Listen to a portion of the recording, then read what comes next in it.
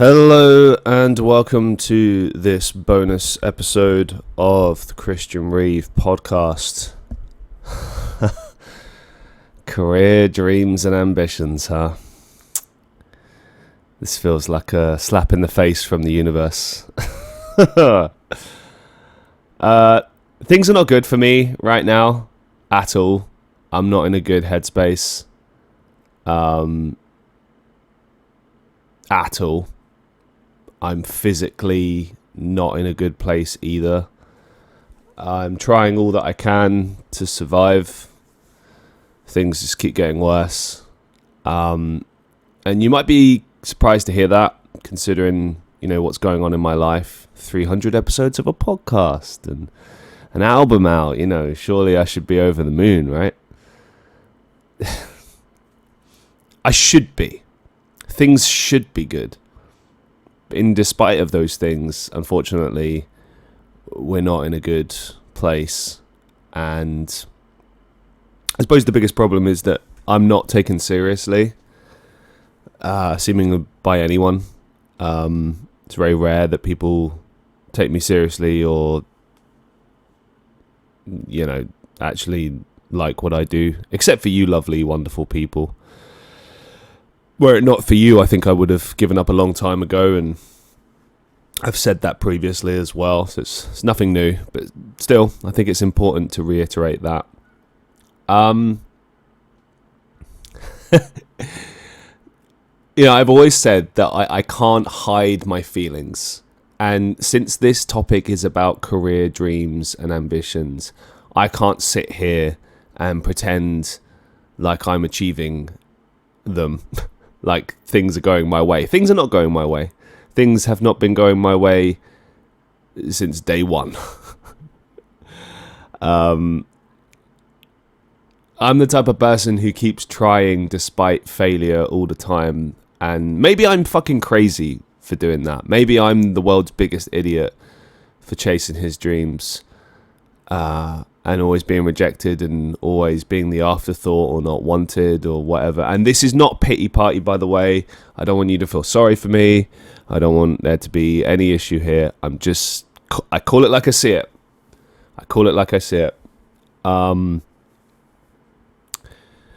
I did this podcast recently and I reflected in another bonus episode about this. But my guest is great. You're going to see that in...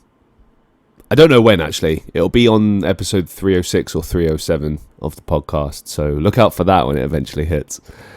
I've had to mismatch, record everything at different times. It's a bit crazy. But lots of stuff with the podcast. So lots to look forward to.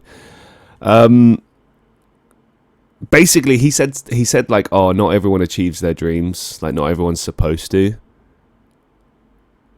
And I just can't get that out of my head. I can't shake it. As much as I want to. As much as I want to be but, I'm just going to keep chasing anyway. I can't shake that feeling that maybe he's right. That maybe, I'm one of the chosen people who doesn't get to achieve their dreams. But painfully, I have to watch everyone else achieve theirs. And I don't know if I can find happiness in that. Because that's really the big part about this. Everyone has dreams and ambitions and, annoying Windows notifications. Except if you have an Apple computer, I guess. Everyone has dreams. Everyone has things that they wanted to do when they were a kid. Maybe it changed. Maybe it's something that you knew from day one. Maybe it's something that you realize later in life. But everyone has dreams and ambitions and things they want to achieve with their life. Some are grandiose, crazy. Some are, I guess, more achievable and more realistic. I don't know. When I hear that word, realistic, to me it's a slap in the face. It's like saying, hey, kid, be real. Come on. Do you really think you can achieve that? Yeah, I do. I wouldn't have tried all these fucking years if I didn't think it was possible. If I didn't think that I had what it takes.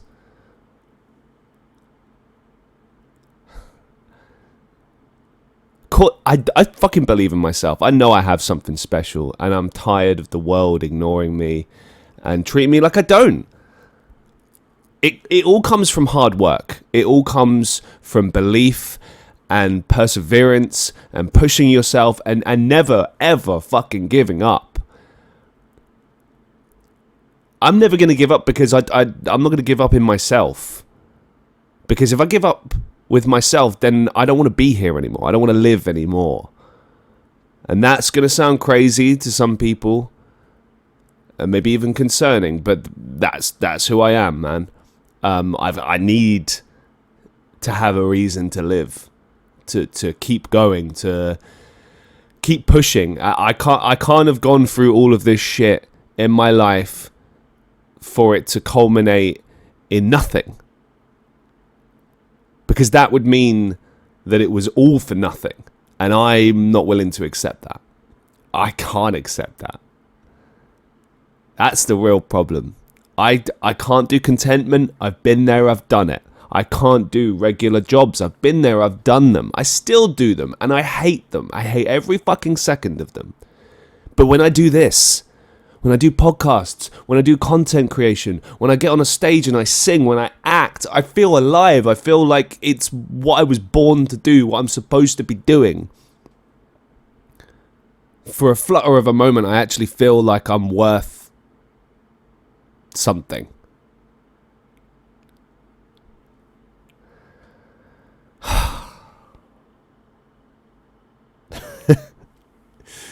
All right.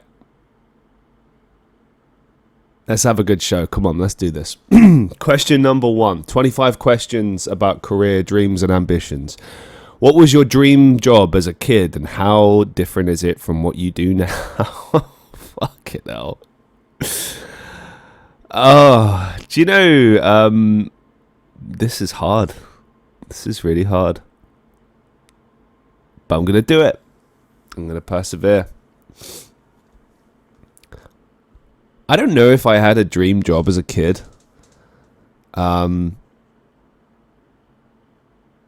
remember thinking that I had something, that I thought differently about things. I used to get excited about things. Like I remember there was a sliver of time where I thought I could be a professional skateboarder. And I loved skateboarding. I did it for like 7 years. And it didn't happen, but I also kind of realized that at that point in time, it wasn't right for me, and it wasn't something I was prepared to do. And I think that's a big part of chasing your dreams and following ambitions and stuff, is that like you need to have that commitment to that goal. And I just knew I didn't have it with that, but I do with the things I do now. But yeah, it used to change. I wanted to do music from a young age. I remember that. I remember thinking that I wanted to be in a band. And, you know, I did that for a bit. But I wanted to, like, you know, be in a, you know, successful band, like, you know, to make, quote unquote, make it. And I did that all throughout my teens. And then I was in a band for about 3 years. And, you know, we had some momentum, but it didn't work out. And that was the first time I, you know, sort of pursued my dreams, as it were, as a kid, I guess you could say. And then, yeah, you know, I didn't really do it. I didn't pursue my dreams for many years after the fact. And this is what I mean. This is why I started this show the way I did, other than just telling you how I feel, is that, you know, I've been there, I've done that. I've done the whole give up on your dreams, go get a real job kid thing. And it made me fucking miserable. You know, I worked in marketing for years in an office, corporate Christian, with short haircut and suits, and it just wasn't me. I was like, how can people find happiness in this? It makes me miserable. How can people live for the 9 to 5? I respect anyone that can make it work. I do. Because I know that when I've spoken about this before, people get like very defensive and they're like, Christian, what's wrong with a 9 to 5? Nothing. I just know I can't do it. And I've worked every type of job there is. like as far as contract setups. You know, I've done part-time, full-time, subcontracting, freelancing, one-shot days, project by project, you know, paid on a day, paid every 2 weeks, paid monthly, you know, paid bi-weekly, all that shit. I've done it all. And I just realized that, like, with the things that I'm pursuing, I prefer and I feel like it's right for me, you know? And that's a big reason why I feel like this is what I want in life and why I want to do it, because it's not possible for me to find happiness doing other things. It just isn't. I don't know. It just ain't. Question number 2. If money wasn't a factor, what passion project would you pursue next? Oh, that's easy. I would dedicate my time to building a studio, a music studio, and I would just throw myself into recording. I'd record my next album and the EP that I have planned. I would also get all the equipment I need. Okay, so I would build a music studio and a podcast studio, like one of the same, so that I could do both. Because I've always wanted to make the podcast a physical show. I mean, it's 300 episodes. Someone asked me this the other day. They're like, "Oh, don't you want to do this physically?" I'm like, "Abso-fucking-lutely, man." But I just don't have the means to do it. And I've looked into it, and I've looked if I can try and de-escalate it budget-wise. I can't. I need the big bucks to make it work. But I know I'm a good broadcaster. I know I'm good at podcasting. I know that I deserve the chance. It's just fucking money, man. It's always fucking money, isn't it? It always comes down to that, and it's so frustrating. But that's what I would do. I would also throw myself into more film projects. I would work with all the friends that I have that do filmmaking, and we try to make a lot of those films that they have planned come to life. So not just films that I would star in or something like that, but also some of the great ideas I've heard, like my friend Dan McGee talk about, because he's got like an unbelievable just treasure trove of ideas that I would love to see on the screen. I'd also try and make a feature with him. I'd like to make some features. I'd maybe start my own film company and just employ all my friends and just try and get that off the ground. I'd also employ you, Vilma. You'd be my confidant, my right-hand man or woman. Yeah, there's a lot of things I would do if money wasn't a factor. Question number 3. What's one job you would be absolutely terrible at? Anything to do with maths. I'm shit at maths. My brain it doesn't work that way, and I've tried. Yeah, I remember one time I was working in this supermarket many years ago, and it was around Christmas time. And I remember that, like, they lied to us. They said, like, "Oh, you know, around Christmas time, people are so much nicer and people get tips." People were worse, in fact. Around Christmas time, people are assholes, especially in supermarket retail. But I remember that we had this like dodgy ass till that we brought out, and back then we still had moving tills. Back in the day, so we had this shitty pull-out till, and it was cash till as well. So this guy gave me more money than he needed to, because he wanted change back. And I remember that we were warned a lot about being careful of that, because sometimes it can be a scam, and there's different scams, like the whole passing the change back and forth thing can lead to you being scammed. So I was a bit hesitant about that, plus I'm not very good with mathematics, so you know. So I was slowly counting the change, and then I said, sorry, you've given me too much. And he's like, "Yes, I know, I want change back." And I was like, "Oh, okay." And so I had that in mind, plus trying to work out. And then he just turned around to me and he was just like, "Are you an idiot? Are you a fucking idiot or something? Why can't you? Why aren't you getting this? Why can't you understand? What's wrong with you? And like, so I'm this 18, 19-year-old just like panicking in this moment. And then thank fuck someone came over and helped me. I was just so bad. I wasn't able to do it quickly. And I guess they expected us all to be mathematical geniuses or something. Really horrible people that shopped at that place. If you shop there, fuck you. So yeah. Question number 4. What's the weirdest or most unexpected skill you've picked up in your career? Interesting. I mean, I guess I never expected to be like a barista or bartender. I never anticipated that I would learn to do those things. But it kind of makes sense, you know. I like creativity and I love coffee. So the chance to become a barista was kind of pretty cool. Understanding coffee much more. And now I'm just a massive coffee snob. But the bartending thing was interesting because I'd heard a lot of stories about what bartending is like, but it really is. I think people have an idea in their heads of what it is, but until you do it, you don't know for sure. I feel like bartending is so much more about process and organization than it is about actually making the drinks, which sounds crazy, but it's true, man. You gotta have a system. If you don't have a system, you're fucked. Obviously, it depends. You know, if you're just like pouring pints, that's one thing. But if you're like actually making like cocktails and you know, you've got like, you're like 200 deep at the bar and you've got to like prioritize and make it work. There's a lot of on the fly decisions that you make, and no one really teaches you how to do that. There's just little things you have to learn. Like, I'll give you an example. Like, when I learned to bartend, this French guy taught me.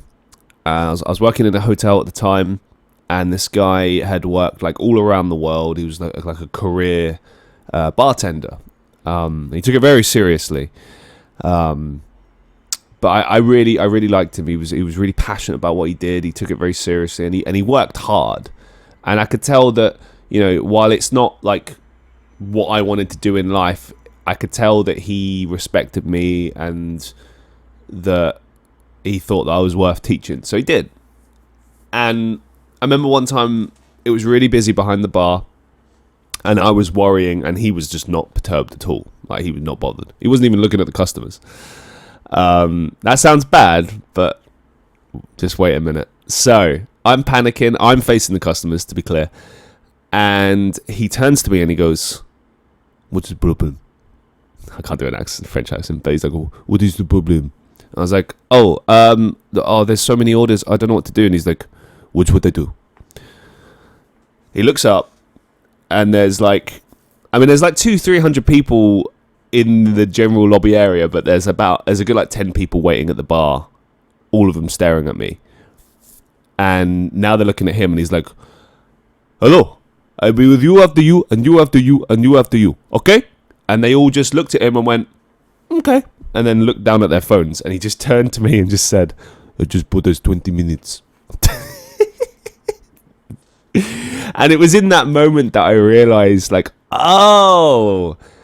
like, you can buy time. People just don't want to be ignored. If they think you're ignoring them, they get irate. But if they know that you've just got a lot to do, they're like, "Oh, okay." You know? And they can see the system at play. And that was a big learning curve for me as a bartender. That like, I realized that you can control it, and confidence goes a long way. Even if you don't know what the fuck you're doing, it's not just in bartending, but in life. If you don't know what you're doing, just being confident in yourself and knowing you'll figure it out goes a long way. And the people around you will appreciate that. You know, they'll understand, hopefully. So there you go. Question number 5. If you could be mentored by any successful person, who would it be and why? Oh, God. Maybe that Tim Robbins guy. I like the way he speaks and talks and stuff. just a very feel good kind of guy, successful. I like the way he talks. Also, I know Jim Rohn's no longer with us, but Jim Rohn, I love his work. I find him particularly inspirational. Maybe one of the two of those guys. Question number 6. What's one professional dream or goal you had 5 years ago that you've either achieved or perhaps outgrown?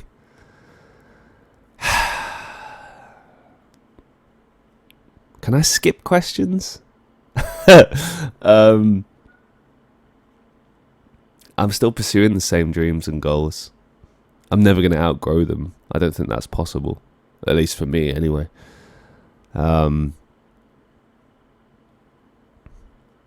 Yeah, I don't know. Question number 7. If you could create your own company, what would it do? Oh.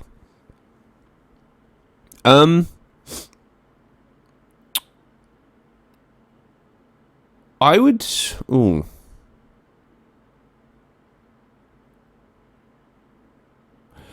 Okay, not really a company, more a charity. I would make a company that like goes around to like shelters where like there's dogs and cats and stuff, and like, you know, takes them and then basically gives them like a forever home, like either repurposing or just gives them a place they can be and live. And, you know, so if they never get picked, then at least they've got somewhere they can live out their days and in like a nice environment. I'd do something like that. Question number 8. If you had to give a TED talk on something you're passionate about, what would your topic be? Ooh, interesting. Probably...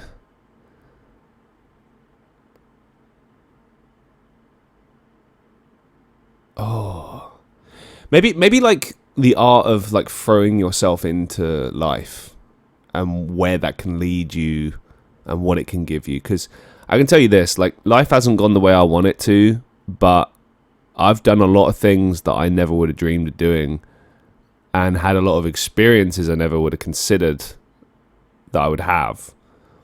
And it's given me so much to talk about and reflect on. You know, even if I did go and pivot towards a boring life, I could still say I'd lived. And, you know, a lot of the time in life, you've got to throw yourself into life in order to kind of get the most out of it and really grow as a person. So I would probably discuss that. I think that would be quite a powerful topic. Question number 9. What's one career mistake you're actually glad you made? Interesting. All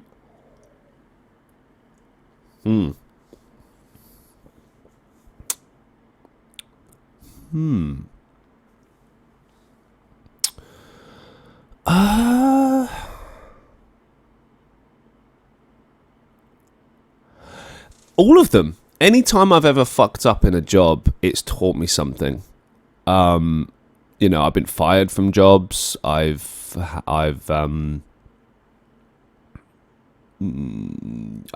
just, you know, I've made the wrong decisions here and there, and I always learned something, and it always shaped me as an individual. And looking back, I think I kind of consider it all to be positive because it led me here. And granted, I'm not a success or anything, but I'm at least happy in who I am. So that made the mistakes worth it, I suppose. Question number 10. If you had to switch careers completely tomorrow, what would you choose? I wouldn't. I can't not do the things I want to do. You know? I know this is like a hypothetical, like, oh, well, you know, well, if not this, what about this? Like, I wouldn't. I don't know. I don't know. I don't think I'd want to do anything else. Question number 11. Do you think success on creative endeavors is more about luck or hard work or who you know or all three? Why? Well, you tell me, man, because I'm still trying to figure it out.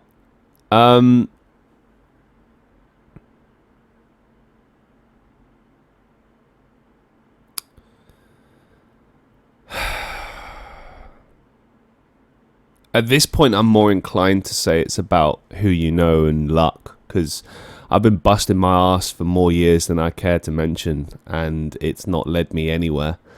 I continually see people around me giving chances to other people, but not to me. When I propose things to them, it's ignored or met with just kind of disdain or whatever, but then other people seemingly just get chances like that. I don't know if it's because I'm too old, or if they don't see anything in me, or what. I don't know. I can't not take it personally anymore. And I'm just kind of angry at the world right now. This is what I meant about not being in a good headspace. Like, I'm angry at the world. I'm frustrated at the world. I'm burnt out. I'm sick. I'm not physically well anymore because of the pressure of life and the fact that I'm just struggling to get by, struggling to just pay the bills and get work to survive. Like, life is fucking miserable right now for me. It's not fun. It's just a constant fight. Every day is a fight. So when you consider success in creative endeavors, I mean, I really don't know. I really don't know. Everyone's got a bit of a different story.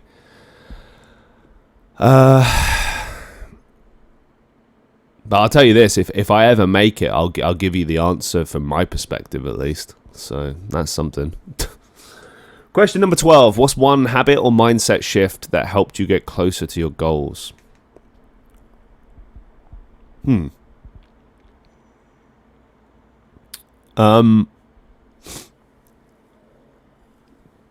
think the development of self helps you align better with your goals. Like, if you're trying to control the world around you, you'll always be set up for failure. But if you're trying to control yourself, you'll stand to have a better chance. I don't think it's guaranteed. I mean, I'm living proof of that. Like, I bust my ass all the time and I never get anywhere, but I've at least improved and gotten better and have gotten closer to these goals, So I would say that's good, and it helps. Question number 13. If you could achieve one major career milestone by next year, what would you like it to be? Now, that's an interesting question.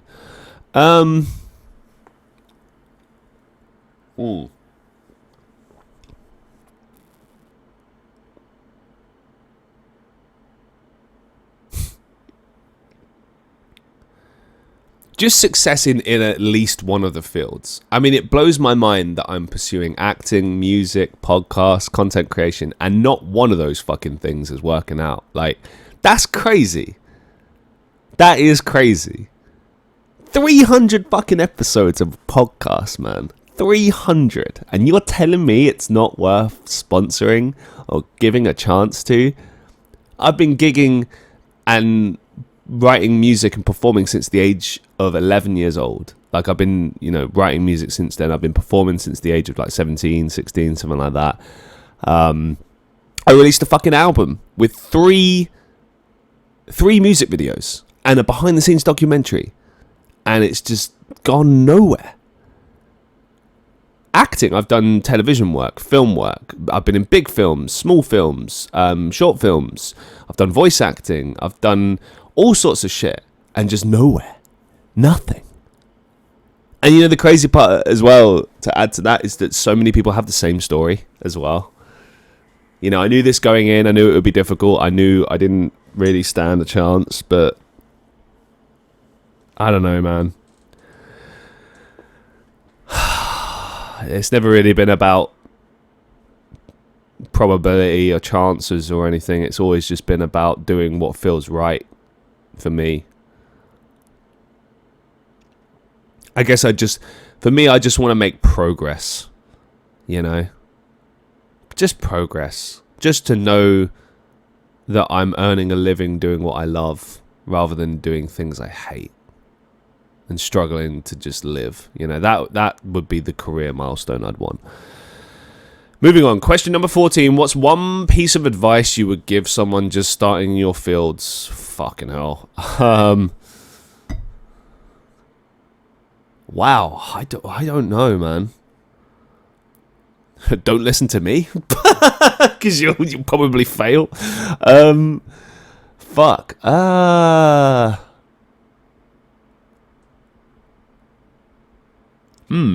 Study your craft. Really, really study your craft and study yourself. That's the 2 bits of advice I'd give.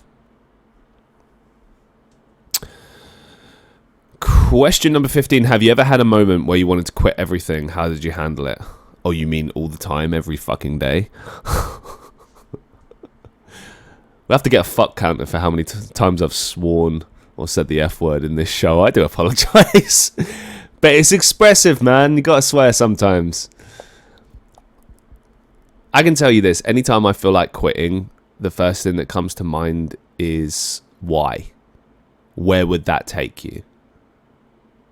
What would life look like if you quit? And I never like the response in my mind that materializes. I don't like who I would be if that were the case. I think I'd rather live my life as a failure than a quitter. I don't know. I feel like there's something to that. Question number 16. What motivates you more? Proving yourself right or proving others wrong? That is a great question. I'd say proving myself right. Because the thing is, don't get me wrong, and don't get it twisted. Like, I would love to prove people wrong, but ultimately, they're not going to give a shit. That's the thing as well. Like, by the time you prove those people wrong, if you confronted them on it, they probably wouldn't even remember your name. Like, be like, who are you? Oh yeah. Oh, okay. Oh, congrats. Like, it would be like that. Very rarely do people, I think, get to like prove their haters wrong or whatever. And if they do, like, to what end? Like, okay, great. You rub it in their face, and now what? You know?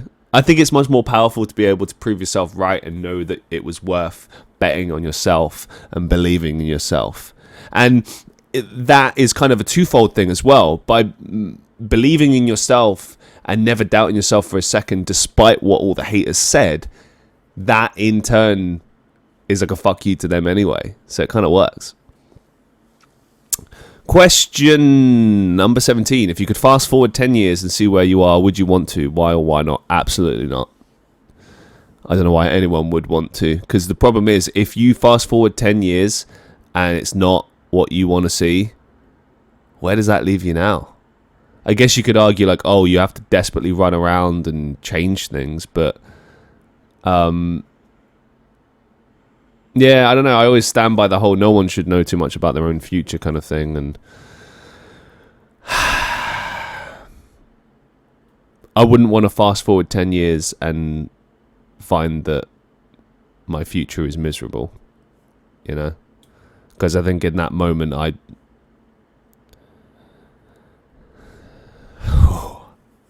might not want to be here anymore. And that's always been a battle. Question number 18. If you had unlimited resources to work on a big dream passion project, what would it be? And we've already kind of answered this, but if it was like an ultimate big dream passion project, it would be cool to travel the world and do like a sort of a documentary series, you know, like kind of like a Michael Palin 2.0, but like better. I would love to do something like that. That would be really cool. Question number 19. Do you believe in having a strict career plan, or do you prefer to go with the flow? I've always just gone with the flow. Not because I believe that's necessarily the right way to go about it. It's just that's what life has kind of offered me. Because I always go by the idea that, like, you know, people make plans and God laughs. You know, it doesn't matter how many times you try and lay out a plan, shit just gets in the way and changes it, you know. It could be life, it could be career, it could be people. There's always something that will fuck up your plans. It's better to just kind of go along with the flow and try to influence it and do your things, but ultimately just, move on. If your career had a theme song, what would it be? Probably the Benny Hill theme song. Something like hilarious, where you could watch my life falling apart in real time to a hilarious soundtrack. I've got a pretty twisted sense of humor, so to me that's kind of funny. 22. If your work experience in general had a reality show based on it, what would the title be? Shithousery. I don't know. Fuck Island? No. Isn't that basically what the show is? No. I don't know, man. Mindfuck, maybe. Yeah, mindfuck. That's what I would call it. Question number 23. If you could swap jobs with any celebrity for a week, who would it be? Ooh. Joe Rogan, so I could experience what it's like to be a successful podcaster. That would be cool, man. Does that count as ASMR? You probably didn't hear that because it's non-directional mic. Question number 24. If you could work anywhere, if you could work from anywhere in the world, where would you set up your dream studio office? Oh, I love this question.